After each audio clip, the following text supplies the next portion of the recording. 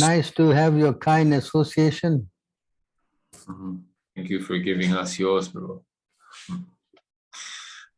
Actually, we have Bhakta Sean from Canada who just joined in. So he's very enthusiastic. So I think it's going to be the first time that he's going to be joining the class. He had some trouble joining before because he's in a remote place in Canada, you know. So the internet there is so good. Not so good, huh? Because it's such a big country. Right. Well, he's in the northern regions, so it's very cold there.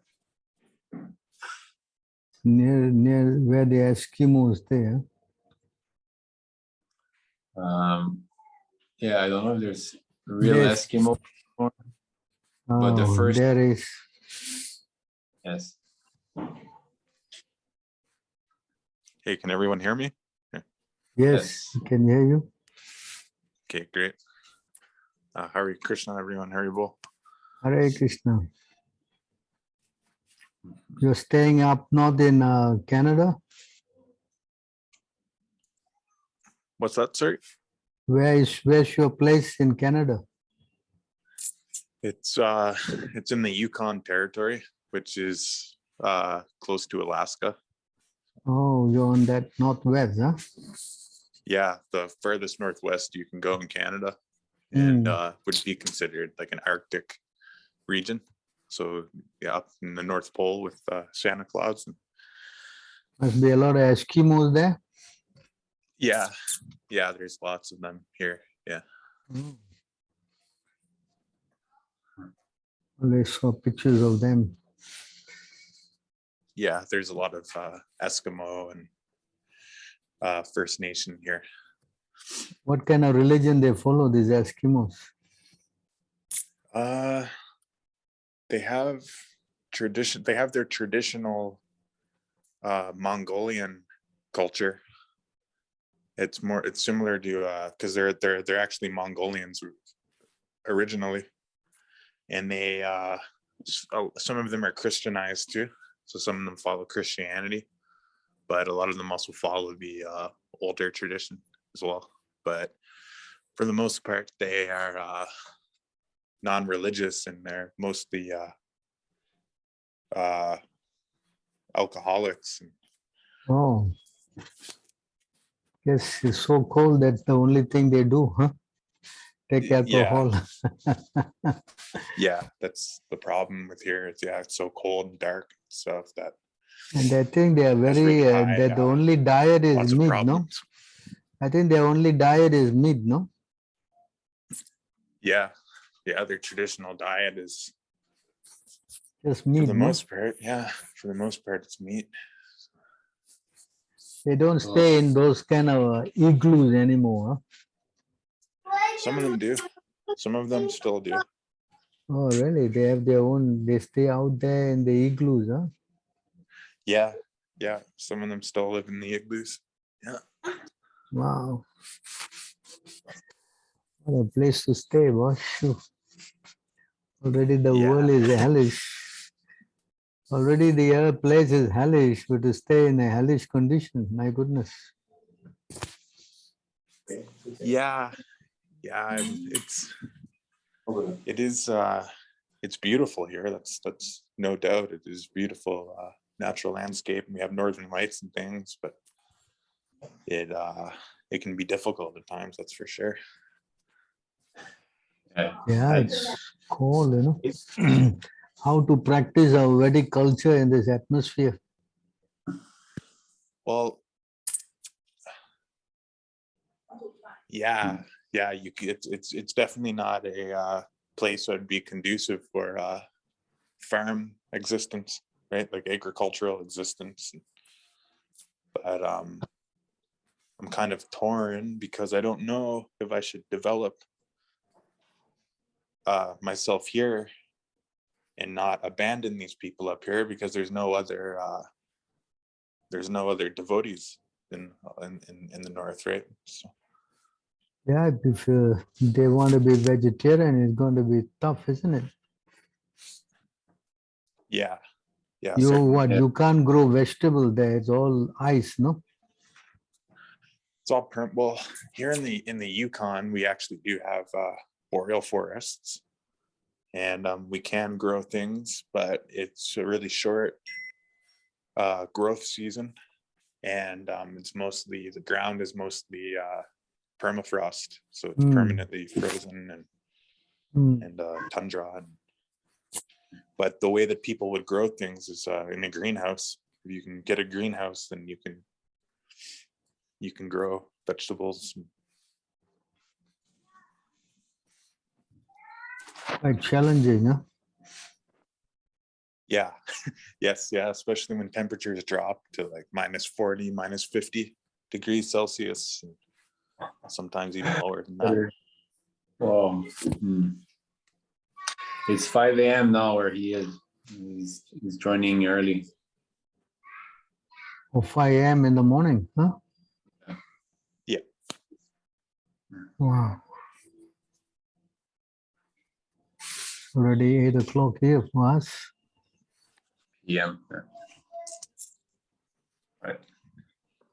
I would have tuned You in. can see how Krishna's creation is so spectacular, you know. It's all kind of situations everywhere. Yes, it's I'm grateful that I can connect and chime in from different areas, because as I was saying, there's no devotees in the territories, and then even if I go to southern Canada, I don't think there's any ISKM devotees. I think it's all ISKCON. Practically the whole Canada, we don't have anybody, right? No, Nitai? Well, there are some people that came in touch with us. They could be described as well-wisher at most, but devotees who are willing to be dedicated, we don't have anyone at the moment. Sean seems to be the only one that is really attracted to the stand of ISKM, to the dedication that the devotees have for Prabhupada. I was discussing with him today that if it would be good if maybe if you could try to maybe come to China, or go somewhere where we have a temple and get trained up and associate with devotees. Yeah, that would be a good idea. Yeah, Then go definitely. stay in a temple, and then get accustomed to all the morning programs and all the preaching programs and all that. That would be a very good asset for him to eventually start temple in Canada. To be honest, I'm not sure if I'd ever want to, even if I could get out of Canada, I probably would just leave, because the direction that the country's going is pretty quite pitiful. The fact, the direction the whole world is going is pretty much, not just Canada, everywhere, Yeah, true. But here, our quote unquote leader, he's leading this new world order, this modernism, liberalism, those diseases, and he is a communist, a Marxist. He doesn't want any religion. Practically all leaders are like that now, That's why Prabhupada told us to start some farm communities, become independent, So that's self-sufficient. And that's the other thing that I wanted to mention is actually I'm not from the Yukon. I moved here 4 or 5 years ago. I'm from Nova Scotia, which is the eastern side of Canada, which is on the Atlantic Ocean. It's an island on the Atlantic Ocean. So I grew up there, and I do have access to farmland in Cape Breton, I have several Can't hear acres. him. What's Can't up? hear you now. Yeah, so he's saying that he has several acres of land in Nova Scotia. What which is happened? We can't hear him. Yeah, well, can you hear me, Prabhu? I can hear you. Yeah, I think you can explain, Sean. I think we can hear you now. Okay, can you hear me now? Yeah. Okay, great. Yeah, so I have some farmland in Nova Scotia. I have 7 acres, and Nova Scotia is it's not warm, but it's warmer than here, and it's along the Atlantic Ocean. So that's another option. Is I heard that place is very beautiful, no? Yeah, it is. It is really beautiful. Yeah, I think that the Yukon is more beautiful because the Yukon has it has huge mountains everywhere. It has some of the highest mountains. Well, the highest mountains in North America are in the Yukon and in Alaska. So, but Nova Scotia is a little bit more of a softer climate than here. Yeah, it looks like more favorable, you know. You can at least keep cows and plant vegetables and all that. Yeah. For you know, self-sustaining, I think that would be a better place, no? It certainly would, yeah. Of course, we have to preach. We have to preach everywhere. No doubt about it. But to start in a place where it's kind of a little bit more conducive, that would be better, no?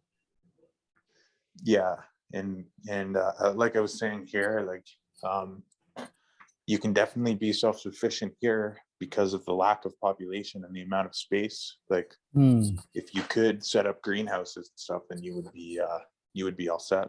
Like there definitely are people who are growing they're growing vegetables here, but here in the Yukon it's about 1.3 million square kilometers, and there's only 30,000 people living in all of those in all of that space. Very sparsely populated, huh? Yeah, yes, and it used to be gold mining here, and it still is. Gold mining is the biggest industry. So there's a lot of abandoned villages from the gold rush that are just out in the mountains and in the permafrost, where there's still cabins, there's still shelters that are standing from a century ago, half a century ago. So people can go live in those if they want. Hare Krishna. How you are all alone there, or you don't have your family or anybody? Yeah, I don't have any family or anyone.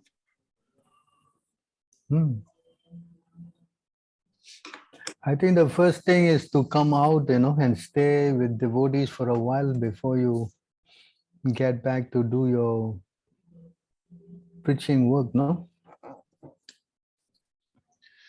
Yeah, I'm definitely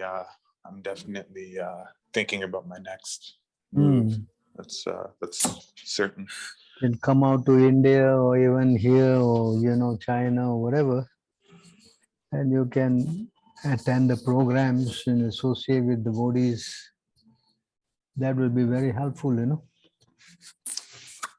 And then as you get some association, then eventually you can go back again to Canada or wherever you like and start again, no? Because our whole idea is to train devotees and spread them all over the world, no? Right. So they are able to help others become devotees as well. I see. Without the training, it's difficult, you know. Of course, you can always learn from the books and all that, but some association is required. That will strengthen you, because preaching is a very thankless task, you know. You face a lot of challenges while you're trying to preach, you know. So if you don't have the strong faith, it's going to be a little difficult sometimes, you know. Mhm.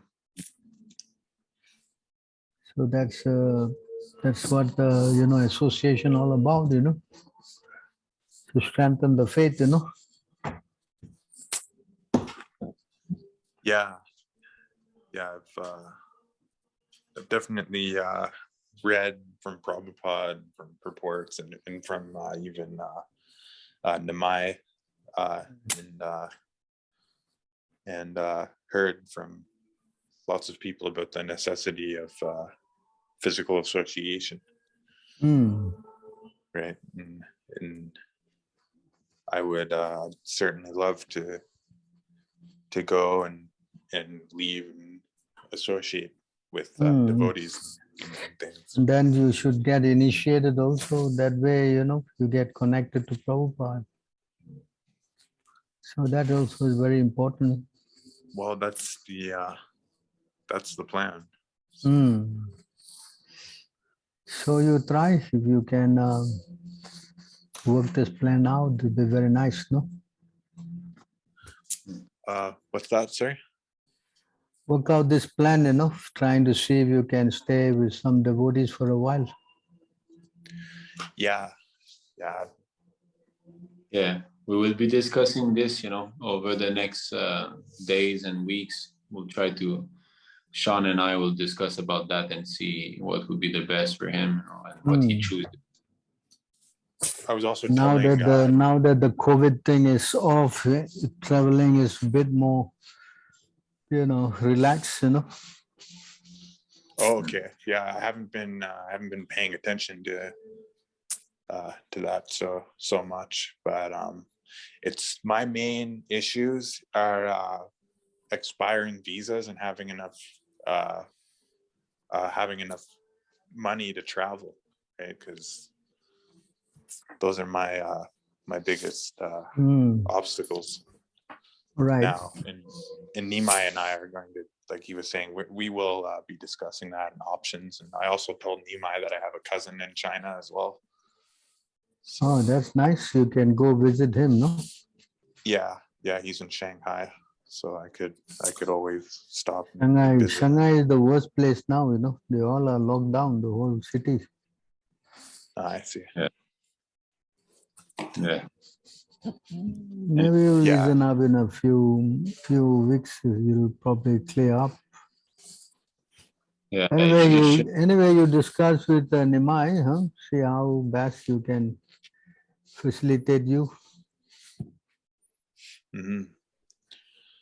There's a few things that are kind of chaining me to this territory for the time being. Like one of the things is I'm not sure if I should complete a program. Like I was doing a environmental sciences program here before the pandemic, and I was half completed it when the pandemic broke out. I'm still deciding, like, should I go and finish that? Because if I finish that, it would help me get visas in other places and help me stay in other places or with PR, because I'd have a degree from an educational institution. So how much more time you need to go for that? it would be 1 year to 2 years, probably, maybe Yeah, I a year and a think half. it's a good idea if you can finish that. If you have some kind of a qualification, easier for you to stay in other countries, you know.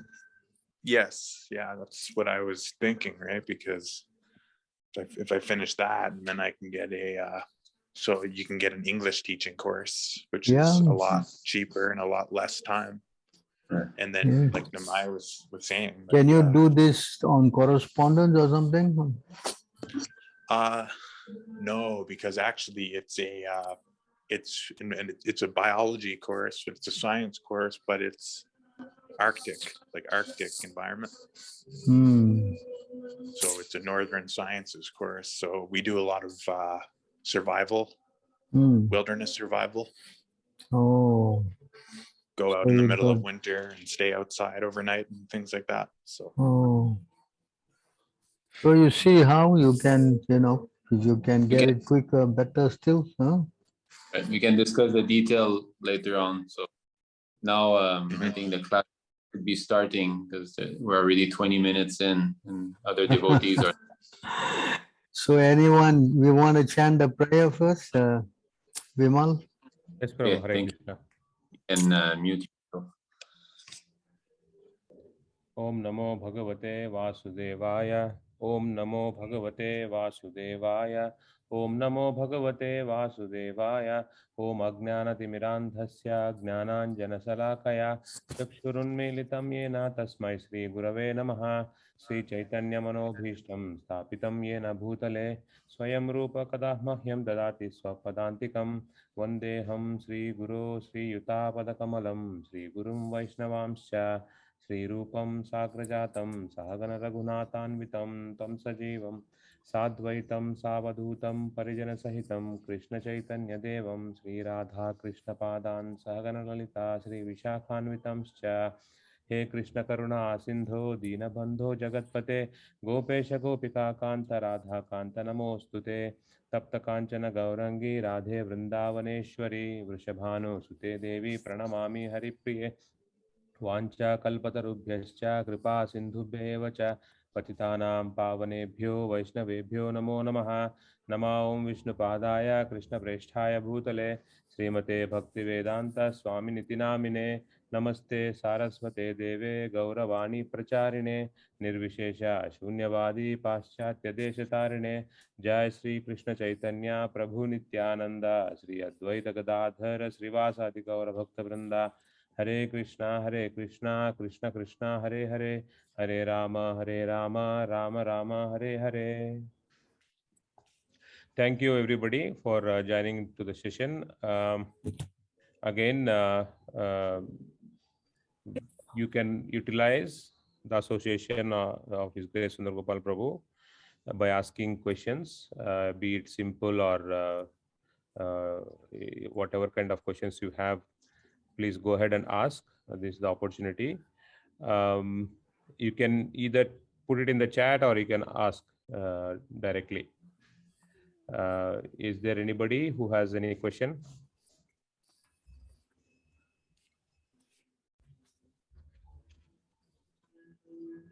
Please unmute yourself.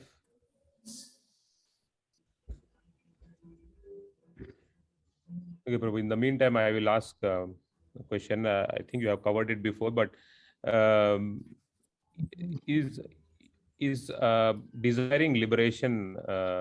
Why is it not recommended to desire liberation in the devotional service?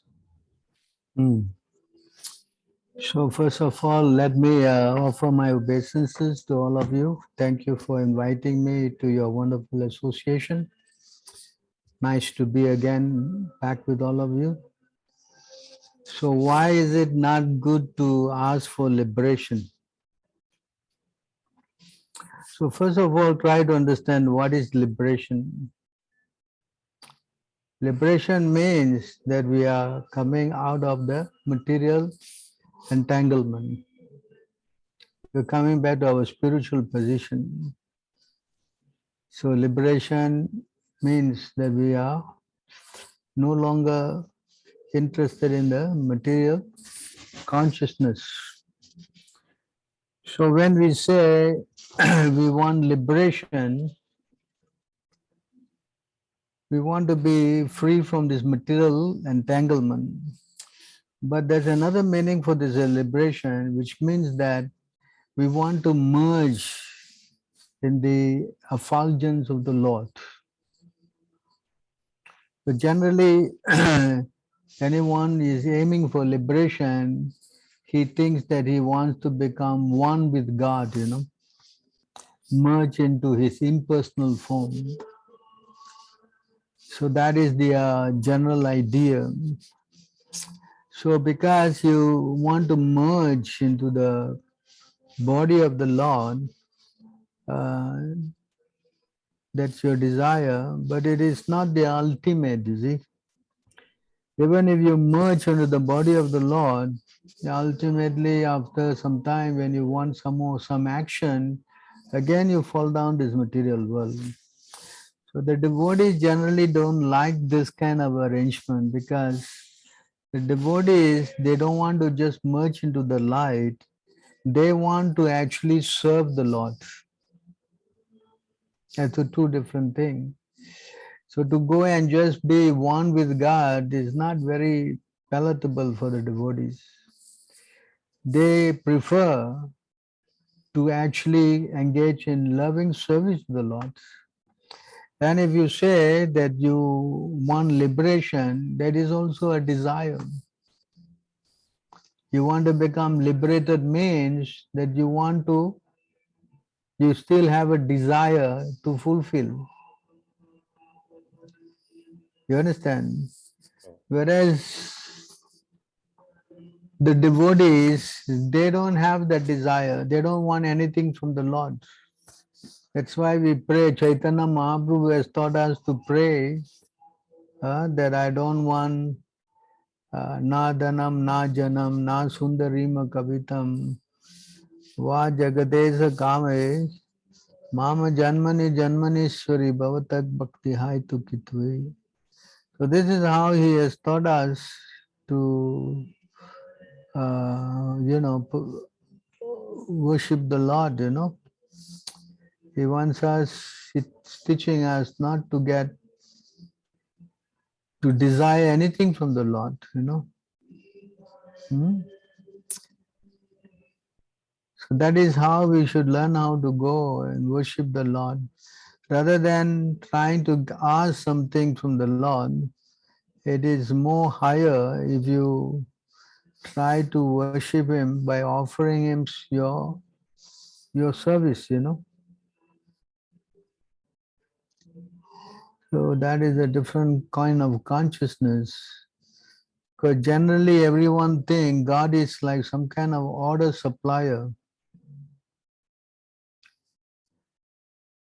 And they think they should always ask something from the Lord.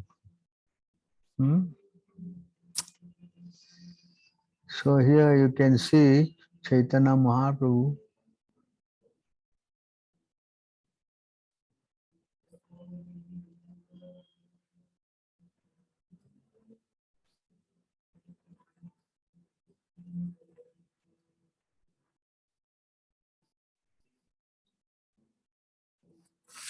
So here you can see in this verse,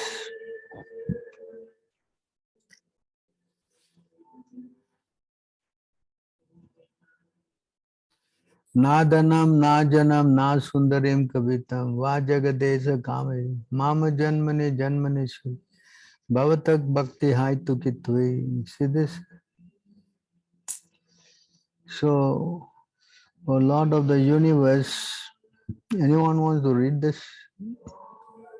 Divya Mataji, can you read? Hare Krishna Prabhuji.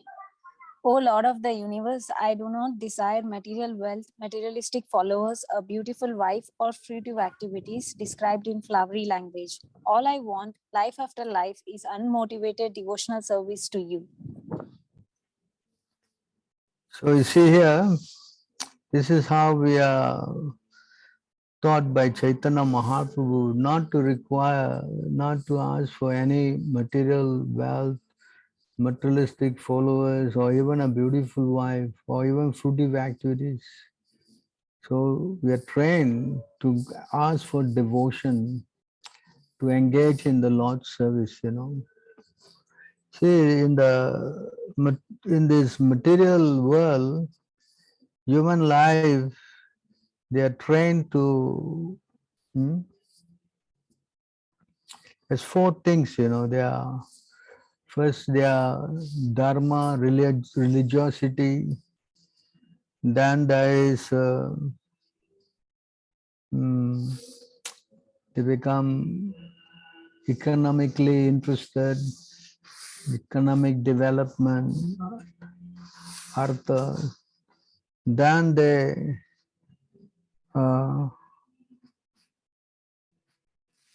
Then they desire sense gratification. And finally, when they get frustrated with sense gratification, they want to get liberated,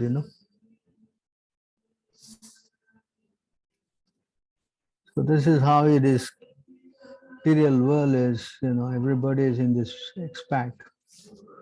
Out of the four principles, namely religion, economic development, sense gratification, and liberation, liberation has to be taken very seriously. The other three are subject to destruction by the stringent law of nature, death. See? So one should learn how to come out of this material mess, you see. That's the general idea. They want to, because there's so much suffering in this material world, so they want to, what we say, escape from these miseries. So they desire liberation. So of course here it says that liberation should be taken seriously. So when we say, you can read this purport. Moksha or liberation has to be taken very seriously, even at the sacrifice of the other three items. As advised by Suta Goswami in the beginning of Srimad Bhagavatam, religious principles are not based on success in economic development. Because we are very attached to sense gratification, we go to God, to the temple or churches for some economic reasons. Then again, economic development does not mean sense gratification. Everything should be adjusted in such a way that we attain liberation. Therefore, in this verse, liberation, moksha is stressed. The other three items are material and therefore subject to destruction. Even if somehow we accumulate a great balance in this life and possess any material things, everything will be finished with death. In Bhagavad Gita, it is said that death is the supreme personality of Godhead, who ultimately takes away everything acquired by the materialistic person. Foolishly, we do not care for this. Foolishly, we are not afraid of death, nor do we consider that death will take away everything acquired by the process of dharma, artha, and kama. By dharma or pious activities, we may be elevated to the heavenly planets, but this does not mean freedom from the clutches of birth, death, old age, and disease. The purport is that we can sacrifice our interest in religious principles, economic development, and sense gratification. But we cannot sacrifice the cause of liberation. Regarding liberation, it is stated in Bhagavad Gita 4.9, liberation means that after giving up this body, one does not have to accept another material body. To the impersonalist, liberation means merging into the existence of impersonal Brahman. But factually, this is not moksha because one has to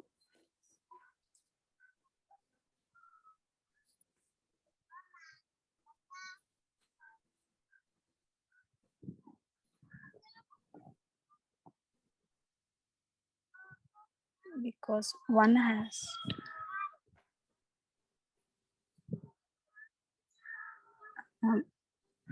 Prabhuji still low.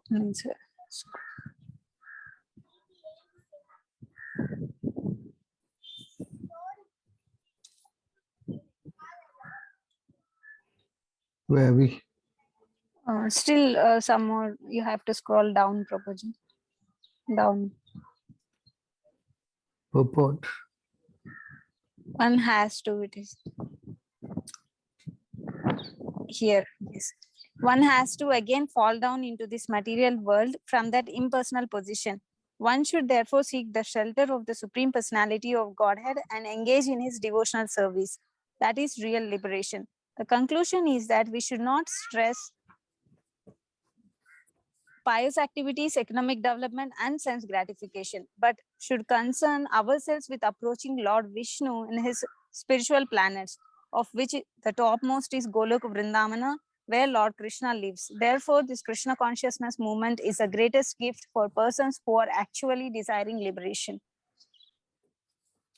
So you can see how here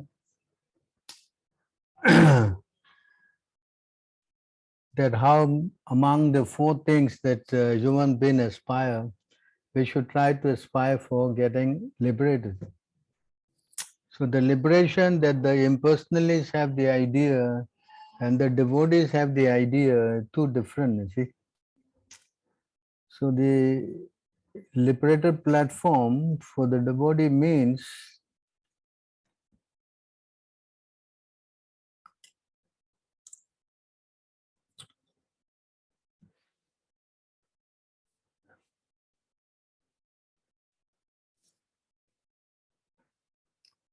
can you read?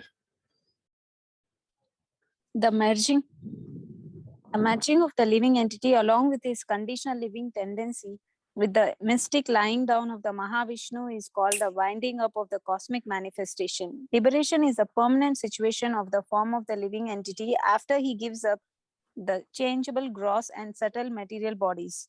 That is liberation. When it comes out of this bodily identification. Purport.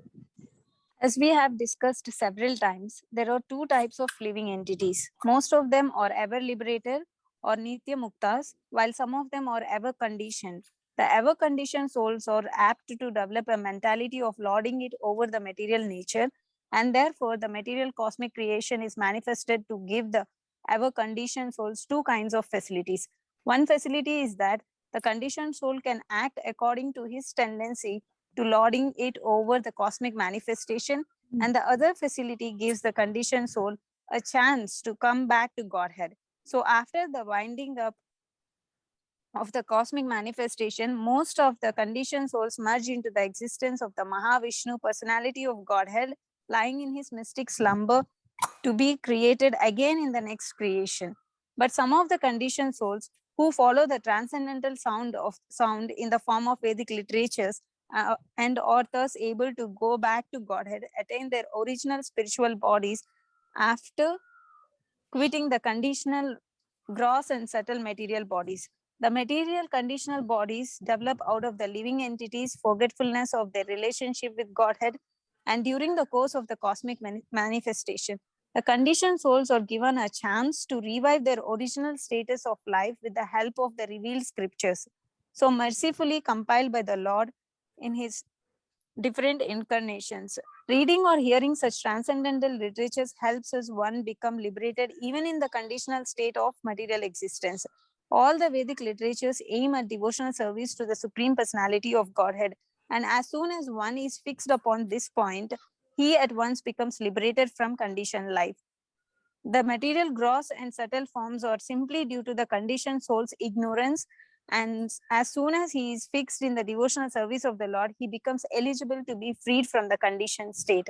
This devotional service is transcendental attraction.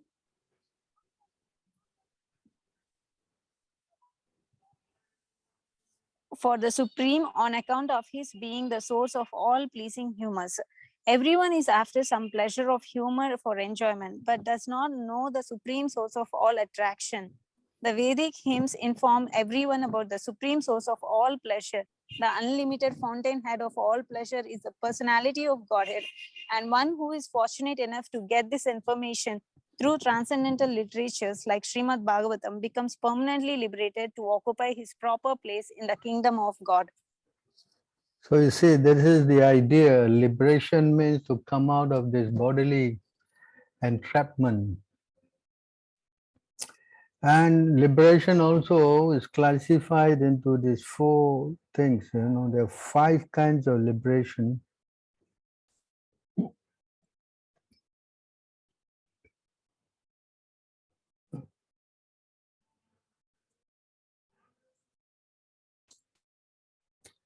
Salokya, Sarsti, Samipya, Sarupya, Aikantvam, Apiyuta, Diyamanam Nagrananti, Vina Mat Sevanam Janaha. A pure devotee does not accept any kind of liberation. Salokya, Sarsti, Samipya, Sarupya, or Ekatva, even though they are offered by the Supreme Personality of Godhead. So this is there are 5 kinds of liberation. They say in the purport, Prabhupada explains.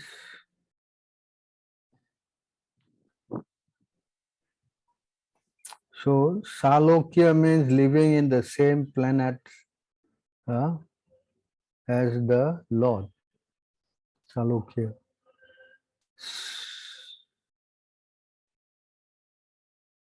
Srishti means liberation, the opulence of the devotee equal to the opulence of the Lord. That means he has the same opulence. Samipya means to be a personal associate, the personality of the Supreme Lord.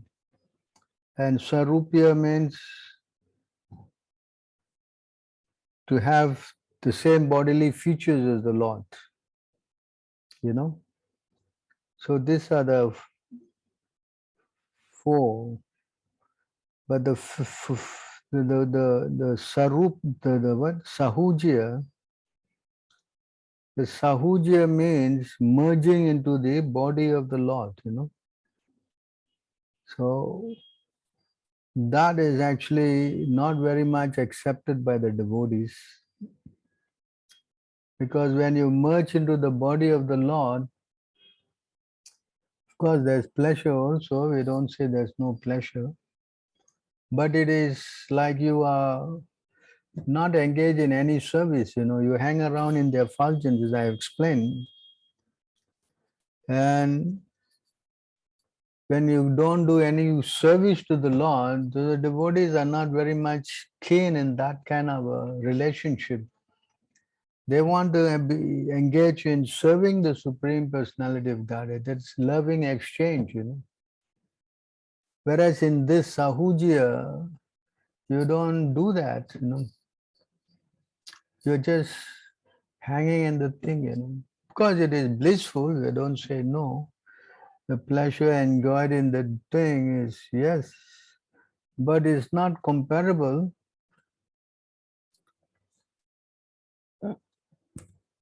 See here,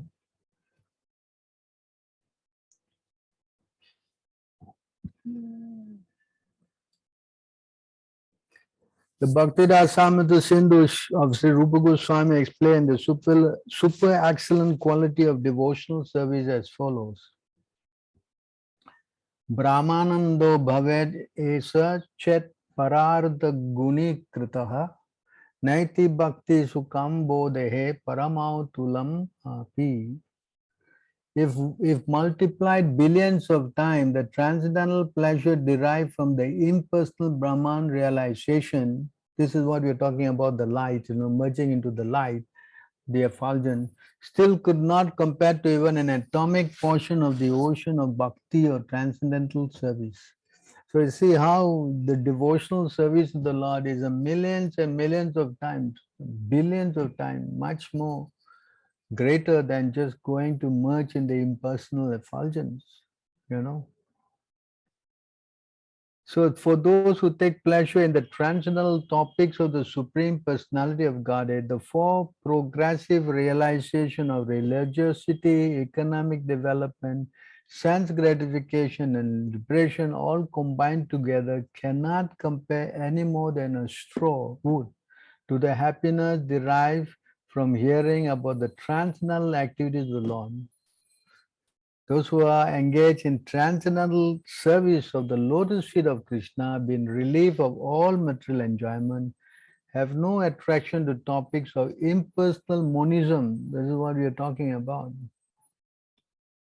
In the Padma Puranam, in connection with the glorification of month of Kartik, it is stated that the devotees praise Varam Deva Moksham Na Moksha Vadim Va Na Chanyavarneham Varasarapiha Iram Deva Purnata Gopala Balam Sada Memanasya Virastam Kimanye Kuveradma Jao Badad Mute Vayadvan Tvae Muchitao Bhakti Bhajao Krito Cha Tata Prema Bhaktim Swakame Priyacha Namokse Graho Mesti Damodareha.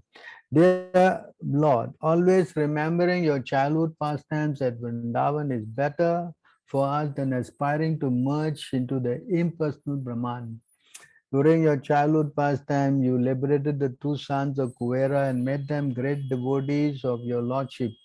Similarly, I wish that instead of giving me liberation, you may award me such devotion unto you. In the Haya Sirsya, Sri Narayana Vyuha Stava, in the chapter called Narayana Shrotra, it is said, Na dharmam kamam artam va moksha va varadesvara prarthe tava padapche dashyam eva abhikamaye. My dear Lord, I do not wish to become a man of religion or master of economic development or sense gratification, nor do I wish for liberation. Although I can have all this from you, the supreme bestow of benediction, I do not pray for any of this. I simply pray that I may always be engaged as a servant of your lotus feet.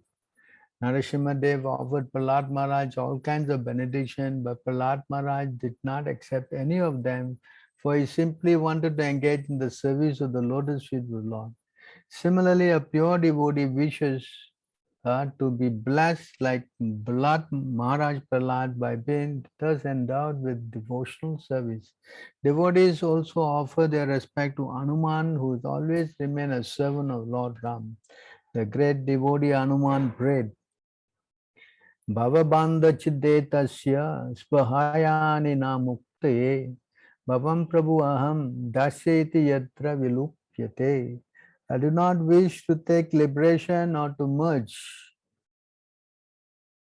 in Brahman effulgence, where the conception of being a servant of God is completely lost. See that? See, they now want to merge into the effulgence, Brahman effulgence, where the conception of being a servant of the Lord is completely lost because you are hanging in the air. Yeah? So the devotee, he doesn't want that. So Hanuman is very much interested in serving the lotus feet of Ram. So he doesn't want to go to this effulgence and get to lose his service of serving Lord Ram. So you see how a devotee is thinking. Yeah? A devotee is thinking in a different way. They want to always be engaged in serving the Lord. They don't want to just kind of merge with it. That is completely considered hellish. Devotee, they don't want this merging thing at all. Dharma artha kama moksheshu neche mama kadachana tvat pada pankajasya jivitam diyatam mama. I do not want any one of the four desirable stations.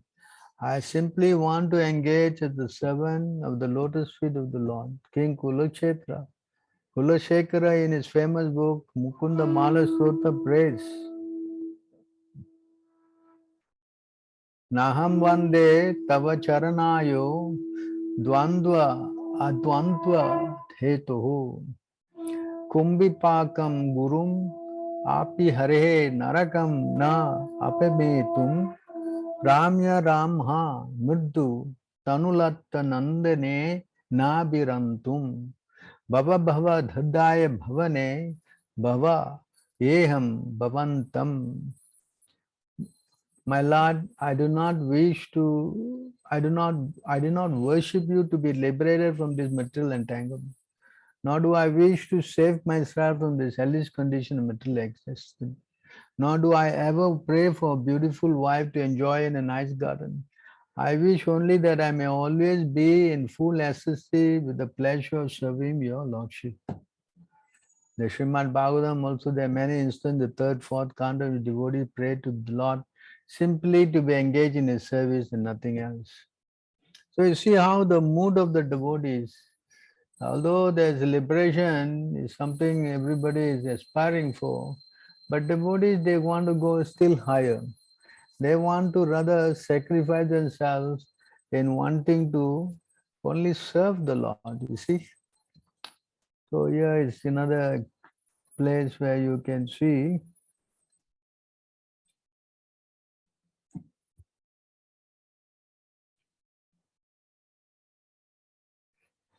Everything that can be achieved by fruitive activity, penance, knowledge, detachment, mystic yoga, charity, religious duty, and all other means of perfecting life is easily achieved by my devotee through loving service to me, unto me. If somehow or other my devotee desires promotion to heaven, liberation, or resident in my abode, he easily achieves such benediction.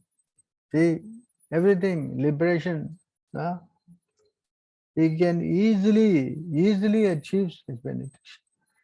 But you see how the devotees, they think, because my devotee possess saintly behavior and deep intelligence. You see this point here, Krishna is saying they have deep intelligence.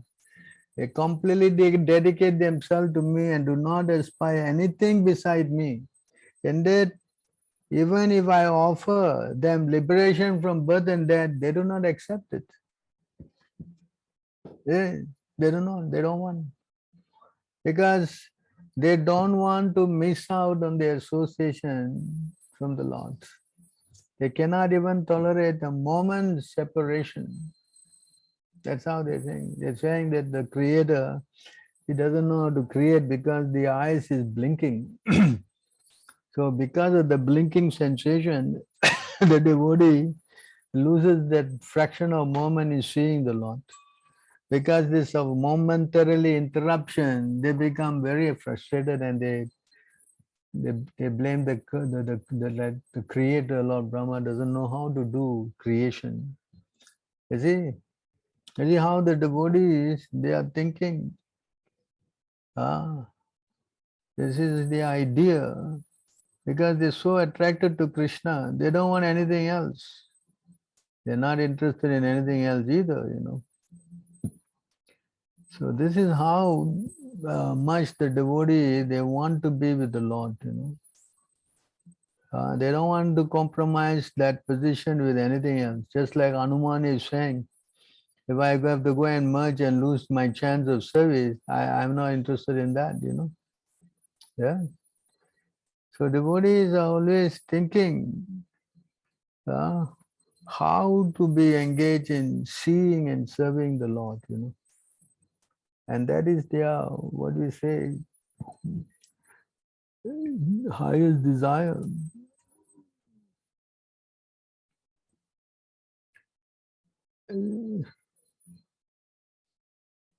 Krishna has two reddish, widespread eyes. They are ministers of the king and they subdue the pride of Cupid. Who has such beautiful eyes? That face of Govinda, which is full of happiness, is the home of the pastimes of beauty and is very pleasing to everyone's eyes. Krishna is so beautiful. If by devotional service one gets the result of pious activities and sees Lord Krishna's face, what can he relish with only two eyes? His greed and thirst increase twofold by seeing the nectarian face of Krishna. Due to this inability to sufficiently drink that nectar, he becomes very unhappy and criticizes the Creator for not having given more than two eyes. You see how the devotee is praying. They don't want anything else. They just want to be even just seeing the Lord.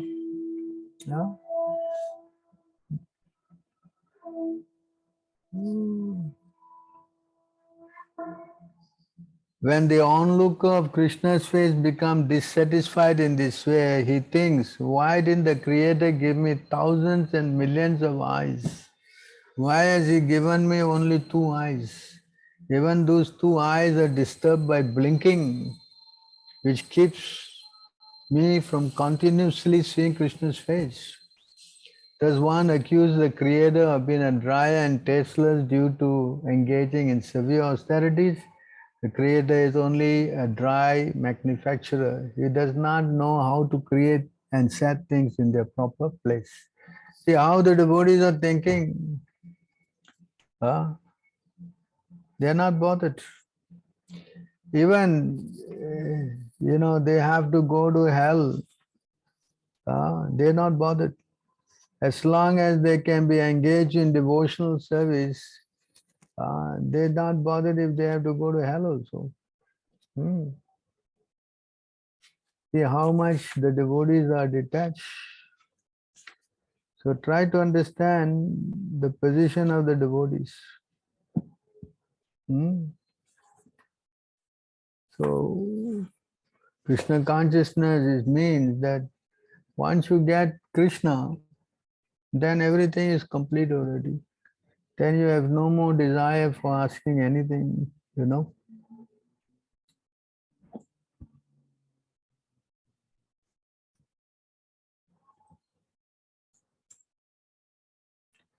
You can see here, this is how the devotees praying. When he was pleased, been blessed, when he was being blessed by the Supreme Personality of Godhead, Dhruva Maharaj said, "Oh my Lord, because I was seeking an opulent material position, I was performing severe types of penance and austerity. Now I've gotten you who are very difficult for your great demigods, saintly person and kings to attain. I was searching after a piece of glass, but instead I have found a most valuable jewel. Therefore, I am so satisfied that I do not wish to ask any benediction from you." So try to understand what liberation means.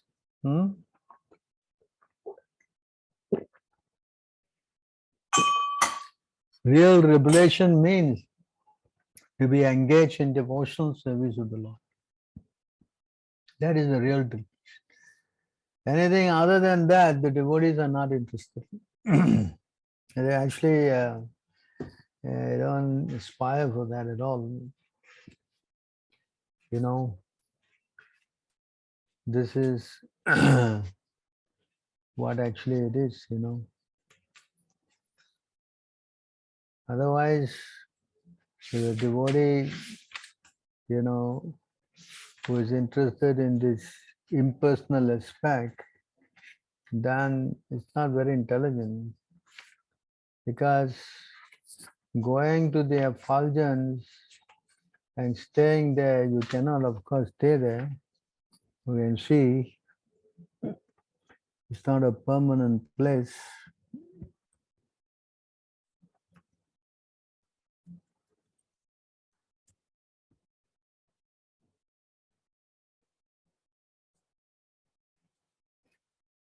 Persons who are falsely under the impression of being liberated without devotional service to the Lord may reach the goal of the Brahmajyoti, the effulgence that we are talking about.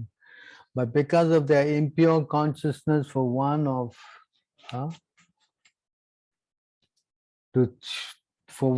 shelter in the Vaikuntha Loka, such so-called liberated person again fall down to material existence.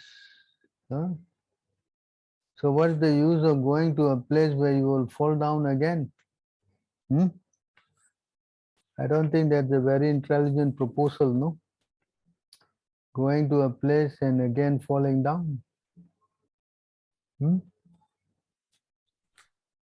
So we have to think again, what kind of liberation we want?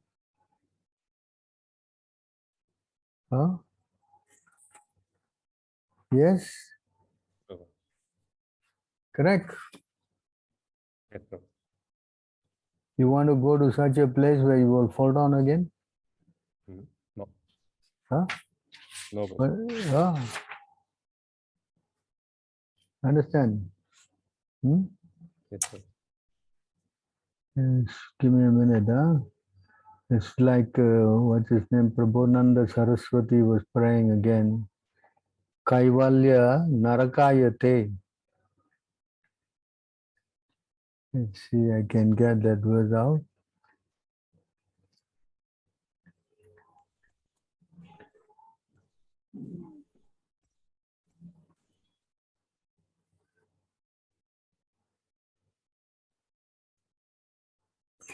So this is the problem, because we don't understand this whole science.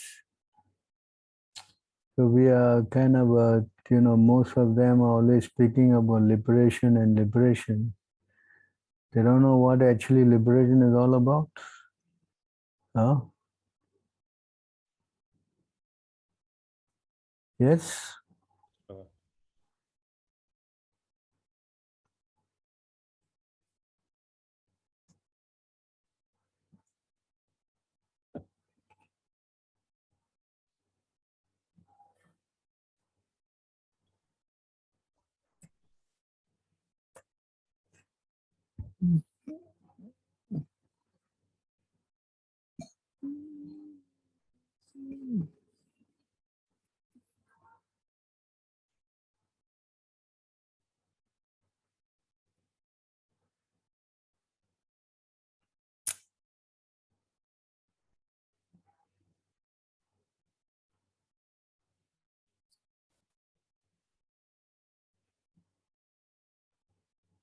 What is this thing?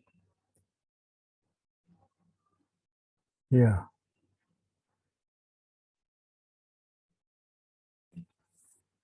So Kaivalyam Narkayate Tridhaspur Akasha Pushpayate, this verse. Huh? Kaivalya, oneness in the effulgence of Brahman, appears hellish to the devotee. See, the devotee, they don't want this merging with the Lord, The heavenly planet, the abodes of the demigods appear to a devotee like phantasmagoria, even going to the heavenly planet. The yogis meditate for sense control, but for the devotee, the senses appear like serpents with broken teeth. The devotee doesn't have to control his senses, for his senses are already engaged in the Lord's service. Consequently, there is no possibility that their senses will act like serpents. In material condition, the senses are strong as poisonous snake.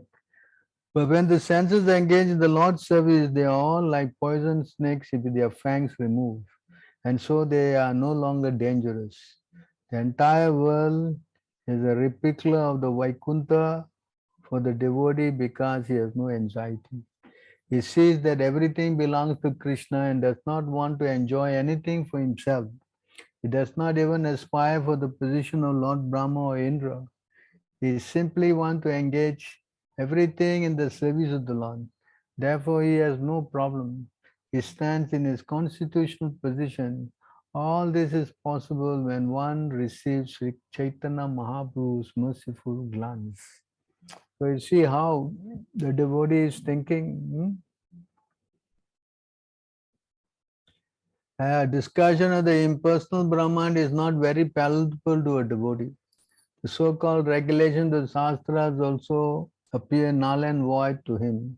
There are many people who argue over the Shastras, but devotees such discussions are but tumultuous rowing. By the influence of Chaitanya Mahaprabhu, all these problems disappear. See how for a devotee is not interested in this thing, at all. There's a difference between a devotee and a non-devotee. A non-devotee is always thinking of meditation, and they also think that they want some kind of highest benefit of merging into their effulgence and all these things. So it says here, so they have desire. You can see in this verse, Krishna Bhakta Niskama Ataiva Santa.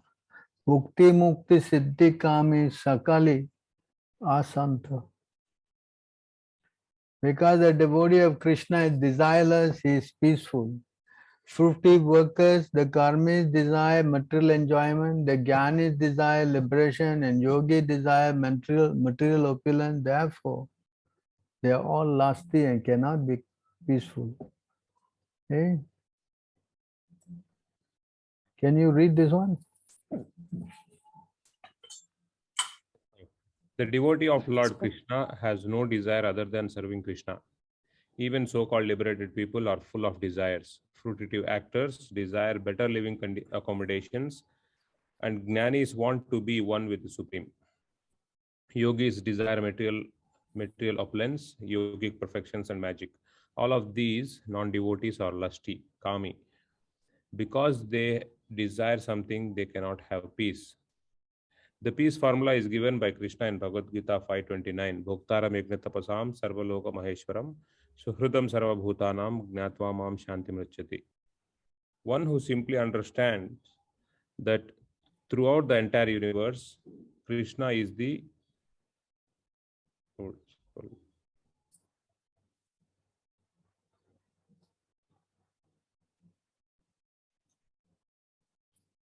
Krishna is the supreme enjoyer and beneficiary of all kinds of sacrifices, penances, and austerities, which should be performed only to attain his devotional service. That Krishna is the supreme being and thus the proprietor of all material worlds, and that Krishna is the only friend who can actually do good to all living entities. Suhridam Sarva Bhutanam, Bhagavad Gita 5:29. One who understands these three principles about Krishna immediately becomes desireless, nishkama, and therefore peaceful. A Krishna Bhakta knows that his friend and protector in all respects is Krishna, who is able to do anything for his devotee. Krishna says, Kaunteya pratijanihi name bhakta pranashyati. Bhagavad Gita 9:31. O son of Kunti, declare it boldly that my devotee never perishes. Since Krishna gives this assurance, the devotee lives in Krishna and has no desire for personal benefit. The background for the devotee is the all good himself. Why should the devotee aspire for something good for himself? His only business is to please the Supreme by rendering as much as service as possible. As a Krishna Bhakta has no desire for his own personal benefit. He is completely protected by the Supreme. Avashya Rakshibe Krishna Viswasa Palana. Bhaktivinoda Thakur says that he is desireless because Krishna will give him protection in all circumstances. It is not that he expects any assistance from Krishna. He simply depends on Krishna just as a child depends on his parents. The child does not know how to expect service from his parents, but he is always protected nevertheless. This is called nishkama, desirelessness. Although karmis, jnanis, and yogis fulfill their desires by performing various activities, they are never satisfied. A karmi may work very hard to acquire $1 million, but as soon as he gets $1 million, he desires another million. For the karmis, there is no end of desire. The more the karmi gets, the more he desires. The jnanis cannot be desireless because their intelligence is unsound. They want to merge into the Brahman effulgence, but even though they may be raised to the platform, they cannot be satisfied there. There are many jnanis or sannyasis who, after taking sannyasa and giving up the world as false, return to the world to engage in politics or philanthropy, to open schools and hospitals. This means that they could not attain the real Brahma Satyam. They have to come down to the material platform to engage in philanthropic activity. Thus, they again cultivate desires, and when these desires are exhausted, they desire something different. Therefore, the jnani cannot be nishkama, desireless, nor can the yogis be desireless. For they desire yogic perfections in order to exhibit some magical feats and gain popularity. People gather around these yogis, and the yogi desires more and more adulation. Because they misuse their mystic power, they fall down again into the material platform. It is not possible for them to become nishkama, desireless. The conclusion is that only the devotees who are simply satisfied in serving the Lord can actually become desireless. Therefore, Chaitanya Mahaprabhu says here, Krishna Bhakta Nishkama. Since the Krishna Bhakta, the devotee of Krishna, is satisfied with Krishna, there is no possibility of fall down. So you see, there's a difference. So everyone having, even to get merging with the Lord, is still a desire, no? Correct? Yes, sir. So the devotees are therefore the only people who are desireless because they're serving Krishna, fulfilling his desires. So automatically by serving the Lord, making him happy, because he's trying to serve the Lord and make him happy, they also become happy. You understand? So in this way, they become very much blissful in their service to the Lord. So liberation, even in the Bhagavad Gita, Krishna is saying those who are trying for this merging, they encounter a lot of trouble, you know. It's not such smooth sailing to go and get merged with the Lord, you know. He says it's full of, for those whose mind are attached to the unmanifested impersonal as feature of the Supreme, advancement is very troublesome. To make progress in that discipline is always difficult for those who embody it. Why take this very difficult and troublesome path? So real liberation means to be engaged in the devotional service to the Lord. That is the real liberation, coming out of this material contamination. So therefore try to understand, devotees don't pray for liberation. They are not interested at all. Even they don't want anything else actually. We read this now. They're not interested.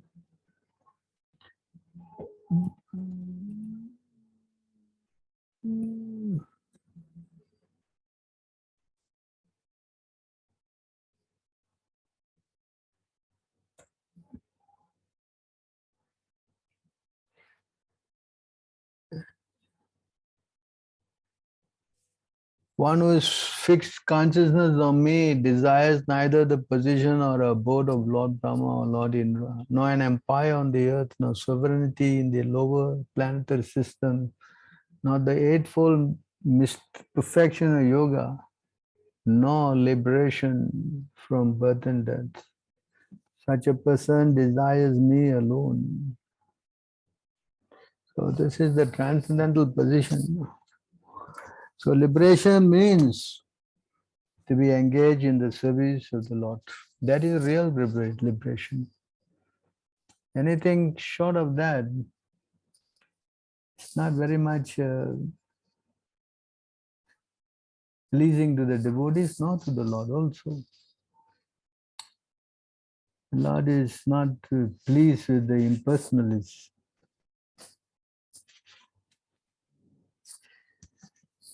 So, is that clear? Yes, Prabhu. Thanks, Prabhu. Yes, clear, Prabhu. So, we got another question. Yeah, Prabhu. There is one question in the chat. Dhriti Mataji asking. While executing devotional service, while executing devotional service, we are asked to be enthusiastic, patient, and determined. But patience and enthusiasm fizzle out sometimes. And trying to artificially master some enthusiasm, patience does not last. How do we maintain our patience? So you see, in our devotional service,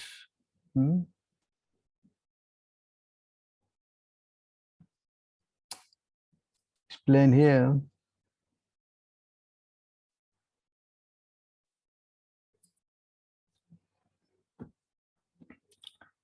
this is the process of devotional service. Beginning, we have to have faith. Then we have to associate with devotees. Then we get connected to the spiritual master. It's called sadhu sangha. Then we have to do bhajana kriya, which means that we do our bhajan and work under the direction of the spiritual master.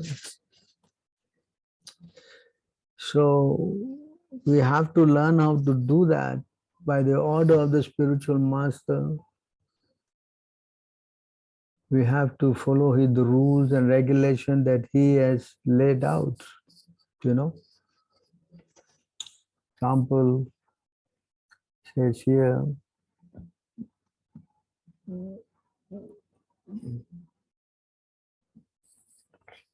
all these things we have to do.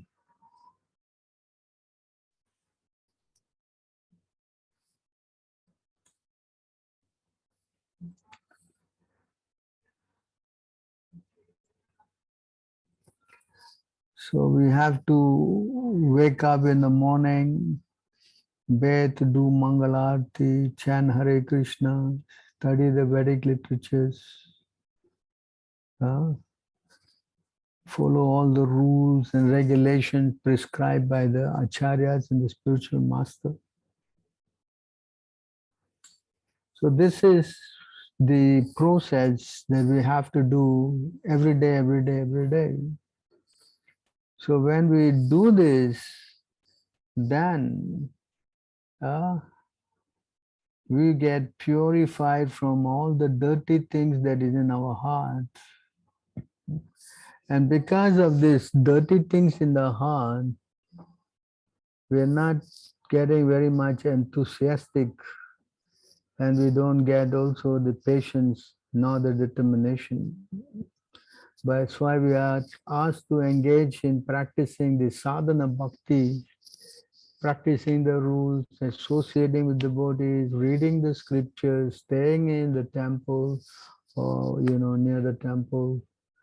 There are the 5 things that we have to do every day, every day, every day. So when we keep doing that, then our dirty things in the heart get cleaned. How that does happen is because we come to the transcendental plane. In the Bhagavad Gita, it's explained.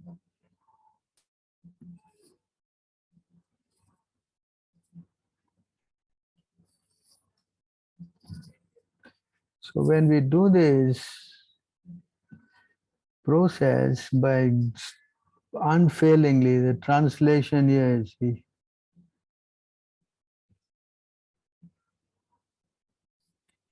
when one engages in full devotional service unfailingly, that means every day doing the thing that is given by the Guru, at one transcend the modes of material nature and thus come to the level of Brahman. See? So we need to cross the 3 modes of material nature. Then we will come to the level of Brahman. See? So when we do this austerity, that is also explained in this verse.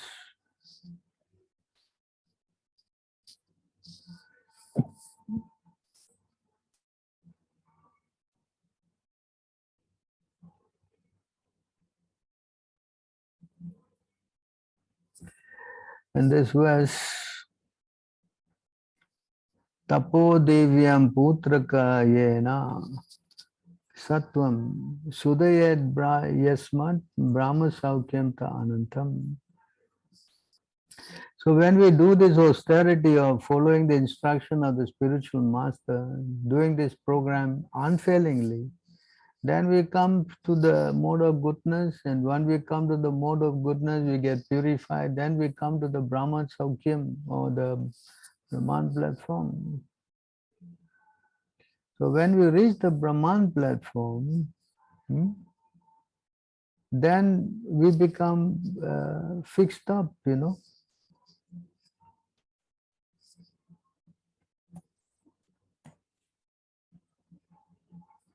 When we come to this Brahma Bhuta Prasna platform, then we become prasanta, peaceful, and we don't lament, we don't desire. We are equal to all living entities.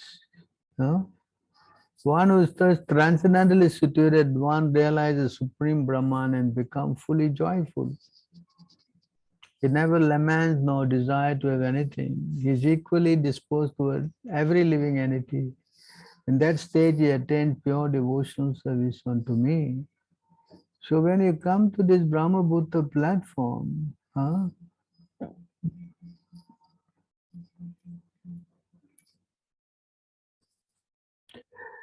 explain here.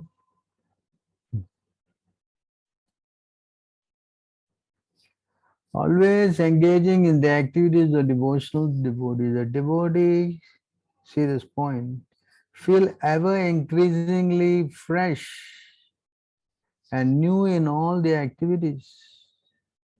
They all know what the super soul within the heart of the devotee makes everything increasingly fresh. This is known as the Brahman position by the advocates of absolute truth. In such a liberated stage, Brahma Bhuta, one is never bewildered, nor does one lament or become unnecessarily jubilant. This is due to the Brahma Bhuta situation. So, but to come to this, we have to practice the rules and regulation unfailingly.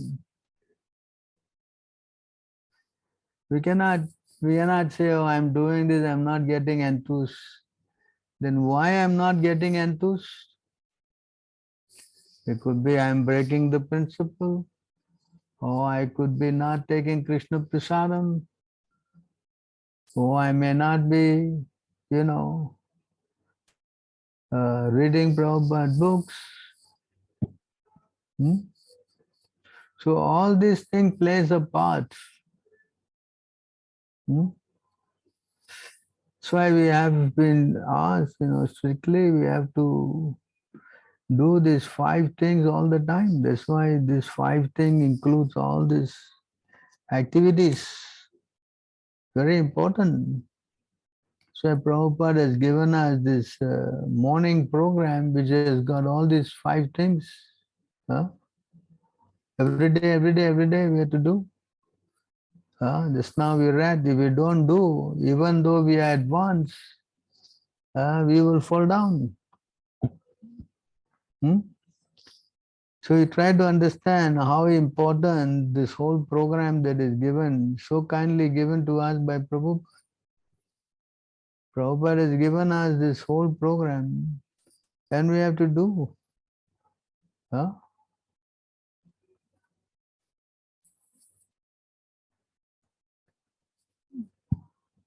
We have to do this every day, every day. One should associate with devotees, chant the holy name of the Lord, hear Srimad Bhagavatam, recite at Mathura or the temple, and worship the deity with faith and veneration. These are the 5 things. So even if you have some slide, the 5 limbs of devotional service are the best of all. Even a slight performance of these 5 awakens love for Krishna. So these are very important activities. With love and full faith, one should worship the lotus feet of the deity. One should taste the meaning of Srimad Bhagavatam and the association of pure devotees. One should associate with the devotees who are more advanced than oneself and who endeavor with a similar type of affection for the Lord. And one should congregationally chant the holy name of the Lord and recite in Vrindavan, or the temple is also Vrindavan. See? Congregationally chant the holy name of the Lord. Do kirtan. The power of these 5 principles is very wonderful and difficult to understand. Even without faith in them, if a person who is offenseless can awaken his dormant love of Krishna simply by being a little connected with them. You see how important this whole thing is.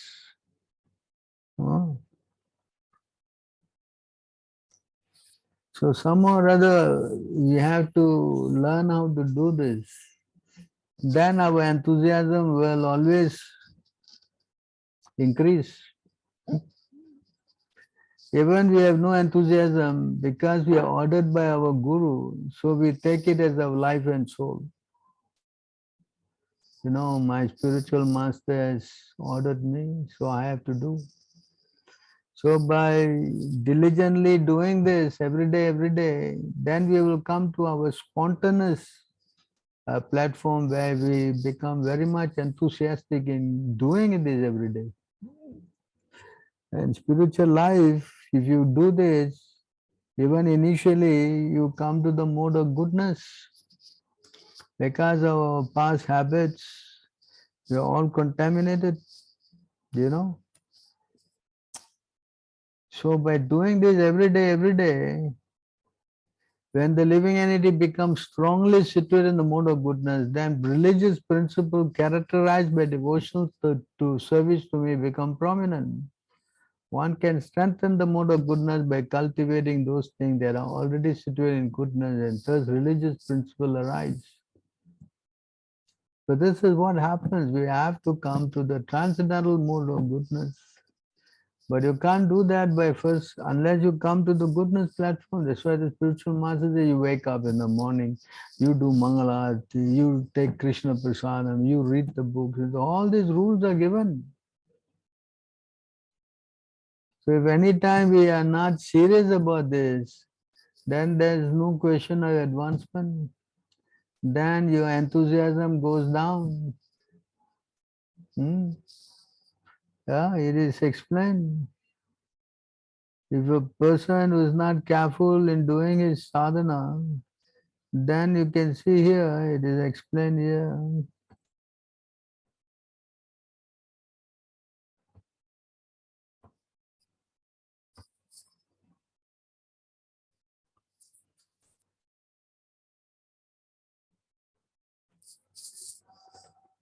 This is what happens.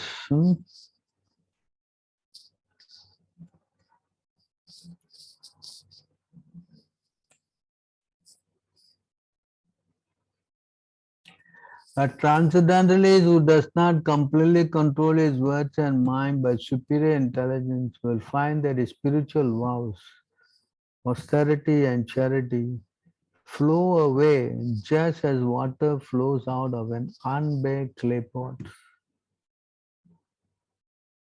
See? This is how he loses his, if he doesn't control his words and mind. How you get superior intelligence?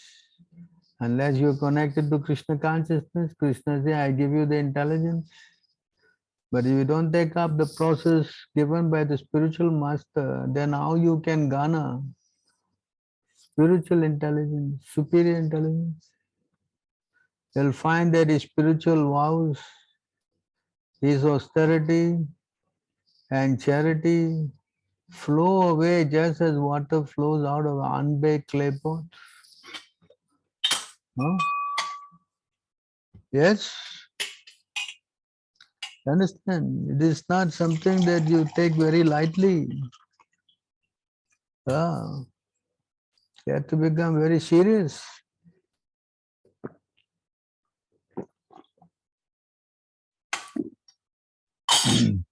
So how to do it? We have to take the seriously, very seriously, the order given by the spiritual master.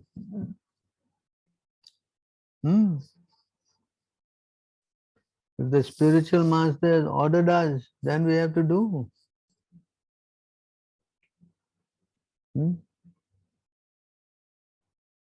That's why it's the number 3 offense. One cannot disobey the order of the spiritual master. So this is very important because this then gives the disciple a sense of duty, and by doing this dutifully, then one makes spiritual advancement.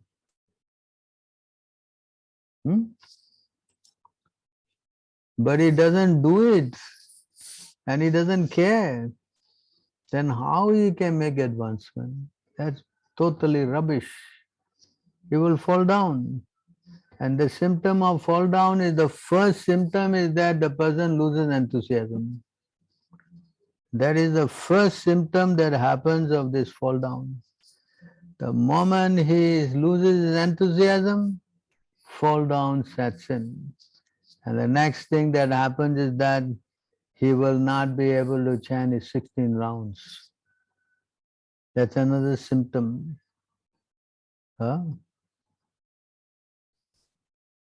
Another symptom is that he doesn't have this taste for chanting his rounds. Then slowly, material desires start forming in his heart.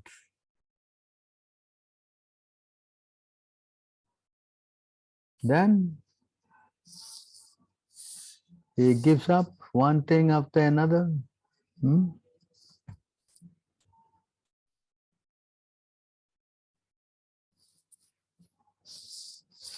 Then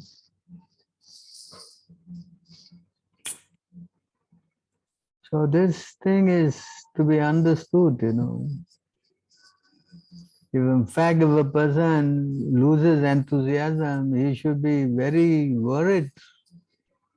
He should cry to the spiritual master, please save me. I don't know what's happening. I'm not getting enthusiasm. Please help me, save me. Go to the devotees, back. And then, maybe some offenses, so many things. And devotee again. And these are all telltale signs of how we are going on the wrong way. So when anyone who's serious in spiritual life will be completely, he's so much, he thinks he's in disaster zone, please, my dear Lord, help me, give me good intelligence, go and serve the devotees. So in this way, try to come back with some enthusiasm. And when the enthusiasm picks up again, then all the other things come one after the other thing, patience, determination, so many things. So we have to understand that spiritual life means that we must humble ourselves. We don't have that humility, very difficult to make progress. We become very proud, then all these qualities will disappear. Enthusiasm, patience, determination, all will go because we become proud. So we have to be very careful. Spiritual life is like walking on the razor's edge. One slip and we will get cut. Yes.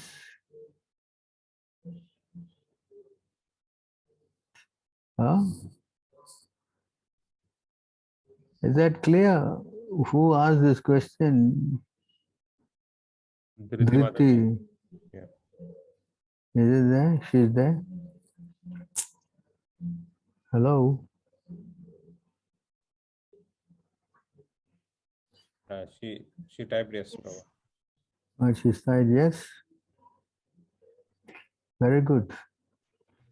So try to follow this system and try to follow the instruction given by Prabhupada seriously and try to get some association, and this will help steady our spiritual practices.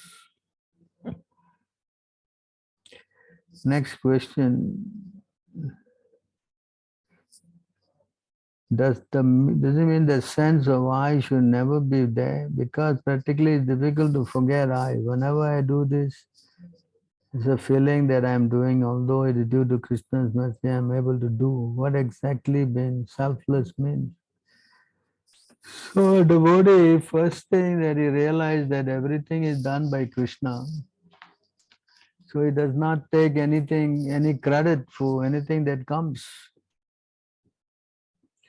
He really understands that Krishna is the real doer and I'm just sitting in this vehicle as a passenger.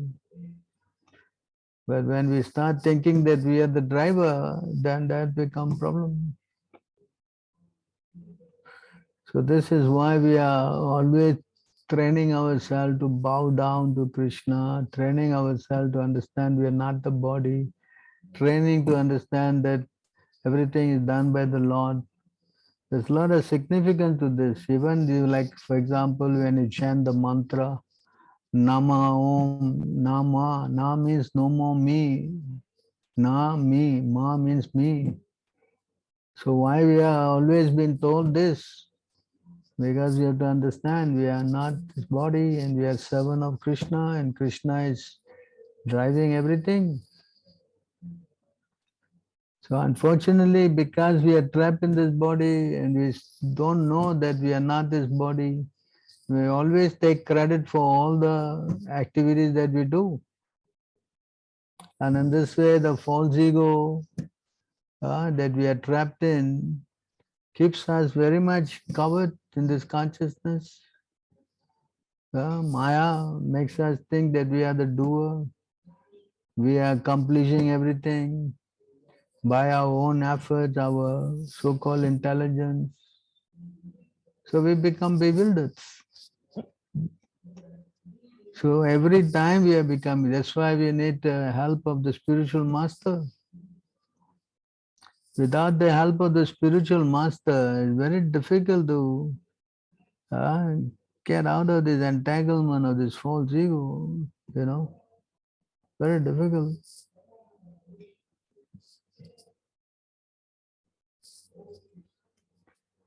Uh,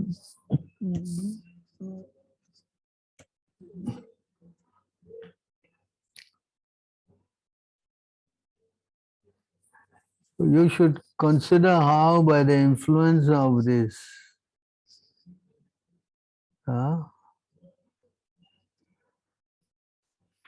my illusory energy, that these three stages of my mind caused by the modes of material nature have been artificially imagined to exist in me.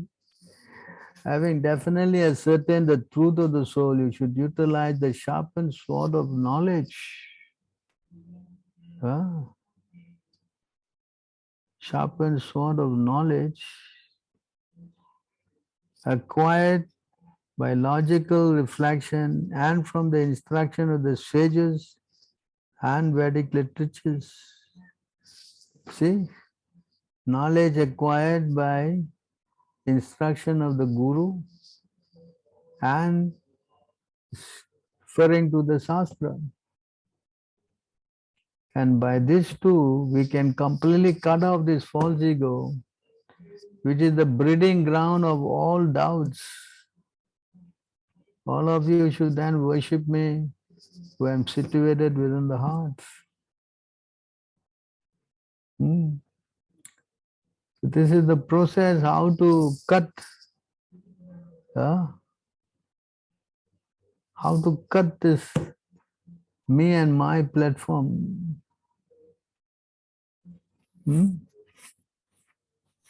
But if you don't get that from the Guru, don't have a Guru, and you don't read the scriptures and understand the scriptures as given by the spiritual master, then we will be perplexed. Just like all the karmis, they are always doing everything. When they resolve, they take the credit. When then something bad happens, they blame everybody. This is the behavior of every non-devotee, you can see. So by associating with such rascals, we also develop the same kind of consciousness. We always want to take credit, always want to take credit. But devotee, no, he thinks that everything is done by the Lord. Anything wonderful comes, it is only by the mercy of the Lord it has happened.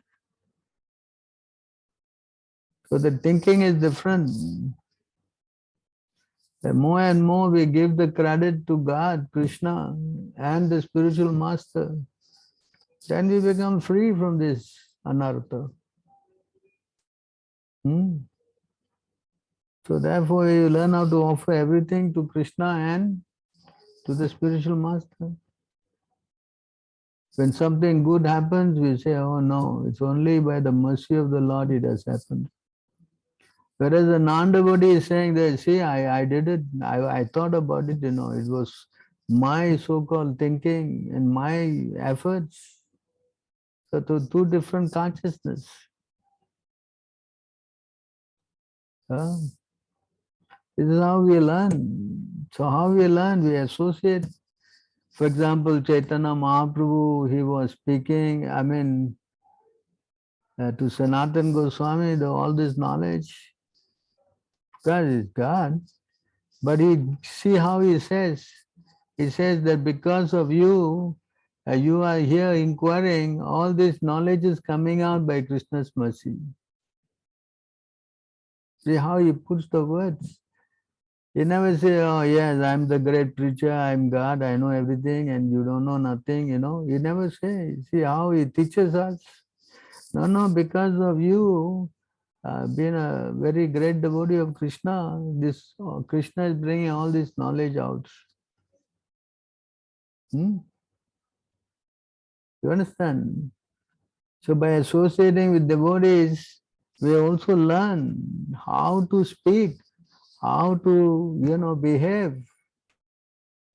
Not just that we learn scriptures only. No, we are learning the art, the character. Our character get reformed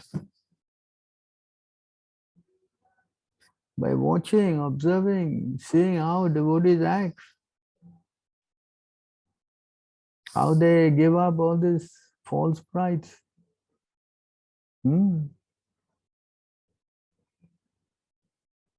This is how we learn how to make advancement. Because when the neophyte platform, we are always troubled by this thinking of becoming proud unnecessarily. There's a neophyte platform. So we need to learn how to forgo that. And the only cure for that is association and hearing the scriptures. Two very important things. Sadhu, Shastra, Guru.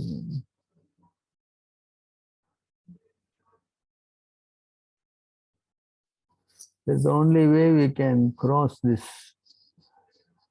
Otherwise, we will get troubled, always thinking, oh, you see, because of my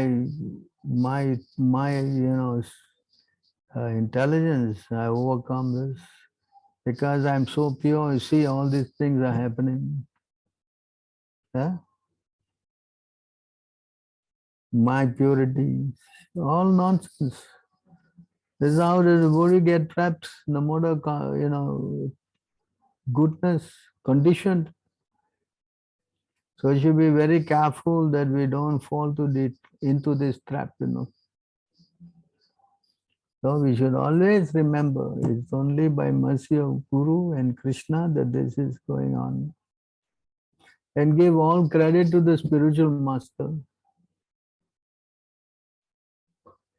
At least mentally we should always be doing that. Then we will be safe. Yes. Yes, Prabhuji.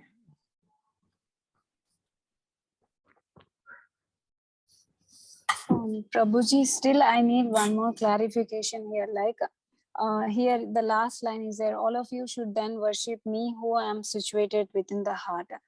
So all of you should worship me. Means if I take it for me like that, if all of you means I can also, I should worship Krishna. So here also I am worshipping in the form of worshipping only. I am also there.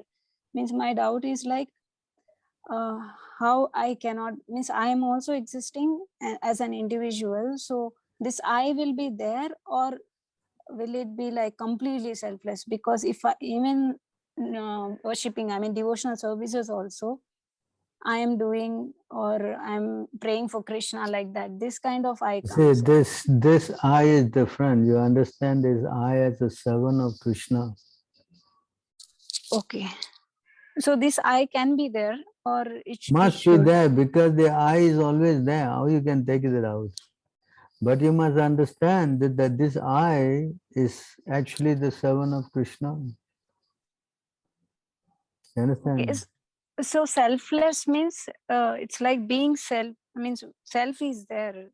How can it can be? You cannot take the self out, right? They're always there. But you understand that your self is now servant of Krishna. Understand? Okay. Yes. You understand? Before you were trying to think that you are the master. Now you understand that no, I am the servant. The I is there. What? I am the servant. Jivere Swarupa Hoy Krishna Re Nitya Das. The Swarup of the living entity is that he is eternally the servant of Krishna. So in the when in the concept of missing that, then you are thinking you are the master. That's where all the problem starts. But if you understand that the boss is Krishna and you are the servant, then there's perfect understanding. Yes. Who am Yes. I? They ask, who are you? Say, I am nothing but the servant of the servant of the servant of the servant of Krishna with the lover of the gopis. Correct? Yes, Prabhuji. So who am I? I'm servant. No, not servant. Servant of the servant. See? So that way we put our consciousness, in a humble way. Because when there's no humility, then pride comes in. Yes? Yes. Correct. The moment we are humble, then no more pride. That's why we are taught to be like the straw in the street, Nobody cares for the straw in the street, right? Yeah. Why? Because we have to learn how to give up this pride. Ah. Yes. Yes, Prabhuji. It's clear, Prabhuji, now. Yeah. So that's why the whole program is to how to cut the false ego of pride, So we have to keep our mind purified, take up the humble position, chant Hare Krishna, take up the spiritual master's order. It's a very important program. If you don't want to do this, then it's very difficult, no? Yes. Practically impossible to clear our whole consciousness. So try to understand spiritual life. It's a very serious business. Yes. Yes, Prabhuji. Otherwise, we will get all contaminated. We don't have any good association, then we will be always carried away.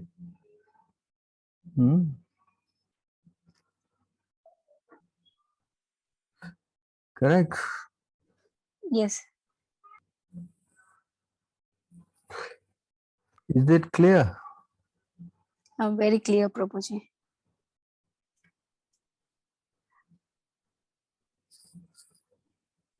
Prabhuji, I also have another doubt. Like wherever devotees are there, that place is like Vaikuntha, where Vaikuntha means it doesn't have any anxiety.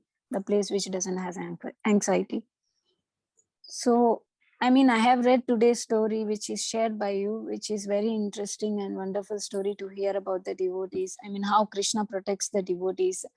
So, at that time, the culprit, I mean, when culprit was, he was giving troubles to you, were you all like anxious at that time? Or and sometimes we will be anxious for Krishna only, we'll be doing some activities, but there is anxiety with us. So is it like, how can we be not anxious? Like a child, when he's holding the hands of the parent, he has no fear, no? Yes. So similarly, we are always with Guru and Krishna. Then I don't think we have any so-called anxiety. Of course, you have some anxiety. I cannot say no anxiety, but you are not. You always know that Krishna will protect us, no? Okay. That faith you must have, no? Correct? But still we have that kind of fear, and if I lose these things, means it would be completely terrible thing if all those sacred books and all would have been lost, but it didn't lose, so it's very fortunate situation. So that's why, we have to learn how to strengthen our faith in Krishna. So we go through these situations and all this and depend on Krishna all the time. And then when we see Krishna is acting in a very wonderful way, our faith increases. Yes?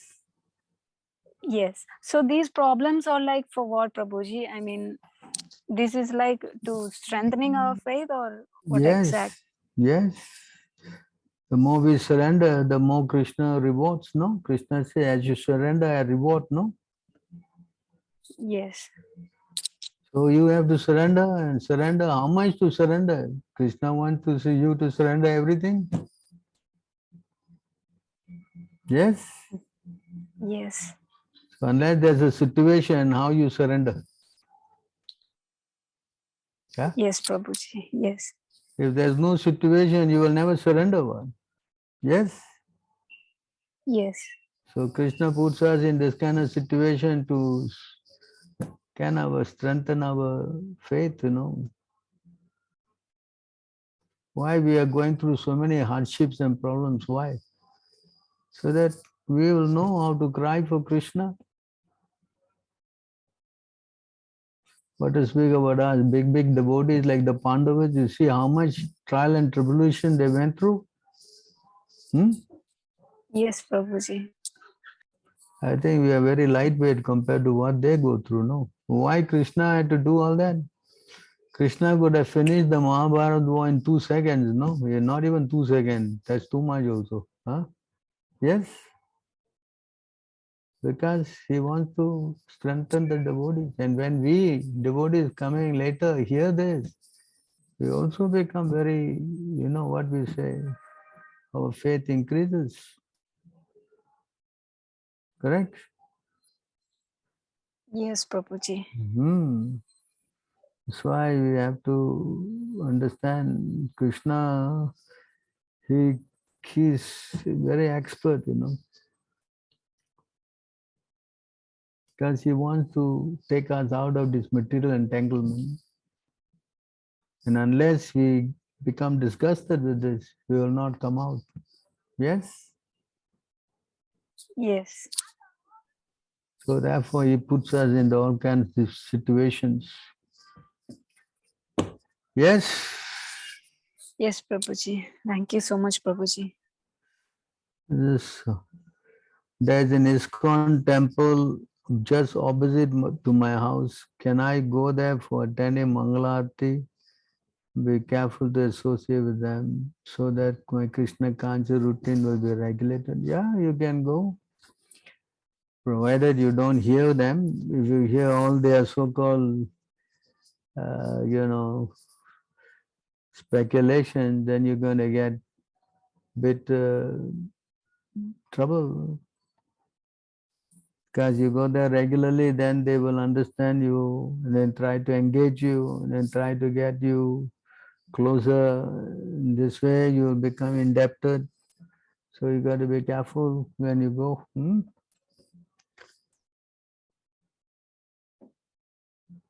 Aryan, Prabhupada in the term Aryan, a noble religious standard of a sincere devotee of Krishna. Or is it the term descended into the Aryan, or can this term be applied to both?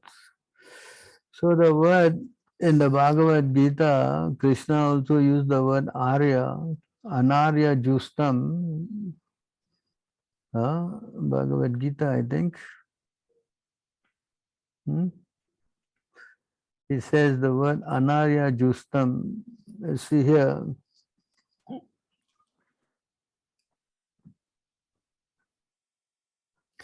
Bhagavad Gita.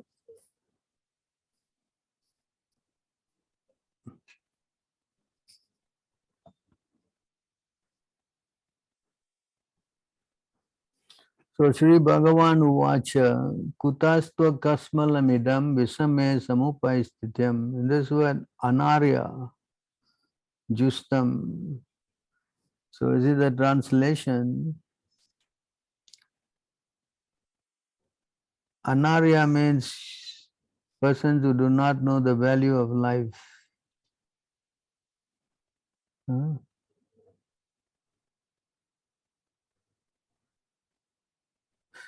So Anarya means, Arya means one who is cultured, you know. I see.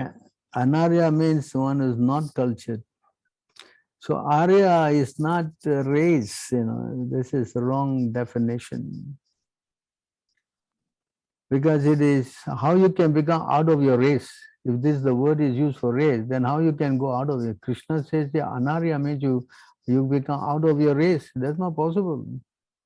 It actually refers to the culture, the qualities, of being. So would it be inheritors of the Vedic principles? Yes. And people abiding by those Yes. standards. So it's not so much a racial terminology like how it's No, which is a wrong terminology used by all these guys. They say some Aryan race and superior race, they came down and took over India. All this nonsense. I see. Arya means you have developed the Brahminical qualifications and so many, good qualities, superior I see. qualities. Understand? That's why I said cultured, So why are you becoming uncultured now? Why are you talking about all this nonsense? So Krishna is using that term. Right? See here he says, my dear Arjuna, how have these impurities come upon you? That is not befitting a man who knows the value of life. The value of life, the Aryan, they know. You understand? So, Yeah, I just wanted to clear that up because there's some confusion about that term, at least in the West, as to not what not is it. on- Is it not only in the West, everywhere. They think Aryan is some kind of race. It's not a fact. It's not, at least, not from the Vedic point of view. It's not. In the Vedic point of view, Arya means the person who has developed a higher culture, status of life. yeah. See I the word. understand. See the word here, Prabhupada explained, you see? This surprise, in the presence of personality of Godhead, Arjuna's lamentation for his kinsman certainly unbecoming, and therefore Krishna expressed his surprise with the word kuta. Where from? Such impurities were never expected from a person belonging to the civilized. You see this civilized class of man known as Aryans. The word Aryan is applicable to persons who know the value of life and have a civilization based on spiritual realization. Persons who are led by the material conception of life do not know the aim of life is realization of the absolute truth, Vishnu or Bhagavan, and they are captivated by the external features of the material world. Therefore, they do not know what liberation is. Persons who have no knowledge of liberation from mental bondage are called non-Aryans. Such deviation from duty does not help one in the progress of spiritual life, nor does it even give one the opportunity to become famous in this world. Lord Krishna did not approve of the so-called compassion of Arjuna for his kinsman. So definitely he is not referring to a race here. So the Western understanding or generally the modern so-called educated class, they always think that the word Aryan is referring to some kind of a group of people, Right. Yes, if you are following the Vedic system and practicing and chanting, then you are an Aryan. Okay, yeah, that's what I concluded from studying Gita, and also there's some reports in Srimad Bhagavatam in that on that term. Yes. But I just wanted a second objective. Many places this word is used for a person who is highly civilized and cultured. Great. It is never referring to a race. Race is on the body. And Krishna is speaking to Arjuna, you're not the body, and how you can classify himself in the bodily platform again. Doesn't make sense. Right. Correct? Yeah, it makes sense. We are all spiritual beings, we are not this material body. To identify one in the bodily concept of life is completely, Krishna says, As he says here, you're talking nonsense, you know. So therefore, we should learn this properly. Huh? Any other questions? Some more questions there. I follow up question, Divya Mataji's. When we go through some challenges in life, do we see that they are reaction to our past karma or Lord Krishna's test? In case of the Pandavas, they are pure devotees, but how do we reconcile things in our case? So here, in this verse, this is how we reconcile.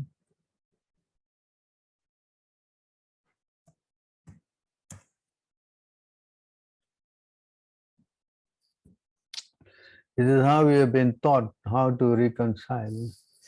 My dear Lord, one who earnestly waits for you to bestow your costless mercy upon him, all the while patiently suffering the reaction of his past misdeeds and offering you respectful obeisances with his heart, words and body, is surely eligible for liberation, for it has become his rightful claim.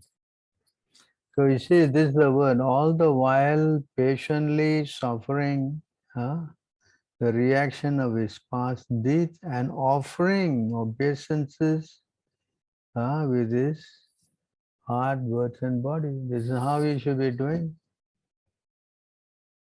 When things go bad, we should just take it as our karma, carry on our devotional practices depending on Krishna.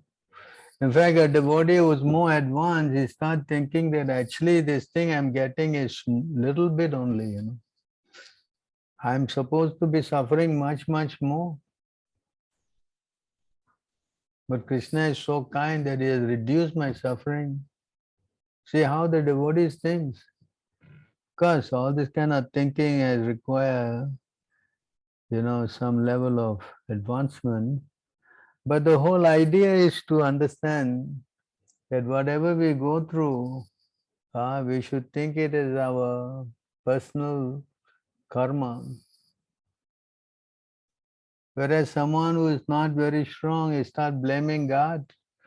Oh, my Lord, I surrendered to you and see what is happening to me. I'm going through so many problems. I'm chanting and more problems are coming. I don't know why. Maybe I should give up. Correct? So that's how a person who has shallow faith will start thinking. But a devotee who is very advanced, you know, this is my karma. I must have done something. That's why all these things are happening to me. So try to understand how a person, as he advances, his thinking also changes. Whereas a non-devotee, when something happens, he thinks, wow, the God I'm praying to is not right. Probably I have to change God, you know. Correct? Whereas you see in the life of Pandavas, so many reversals. And no one time they say, Krishna, you did all these things, you know. Why did you do this? They're surrendering to you, and why are you doing this? Right? So therefore we have to learn how to depend on Krishna all the time.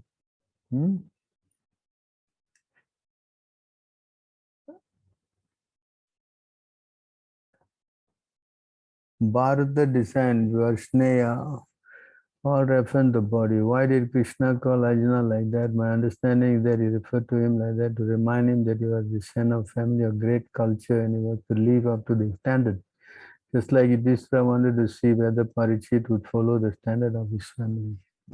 So yeah, this is Krishna is calling Arjuna by his names of body, no doubt. But understanding that he is actually,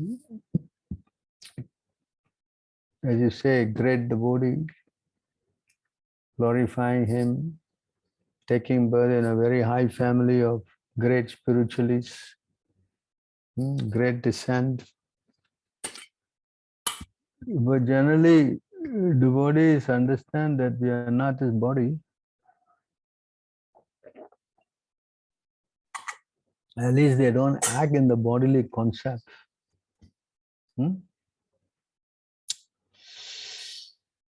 So, any more questions or comments?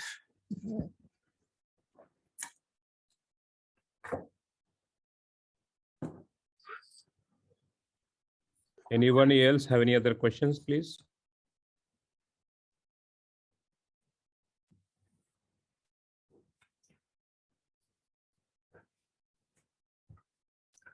Anyone would like to speak, give some feedback? How do you feel about the session?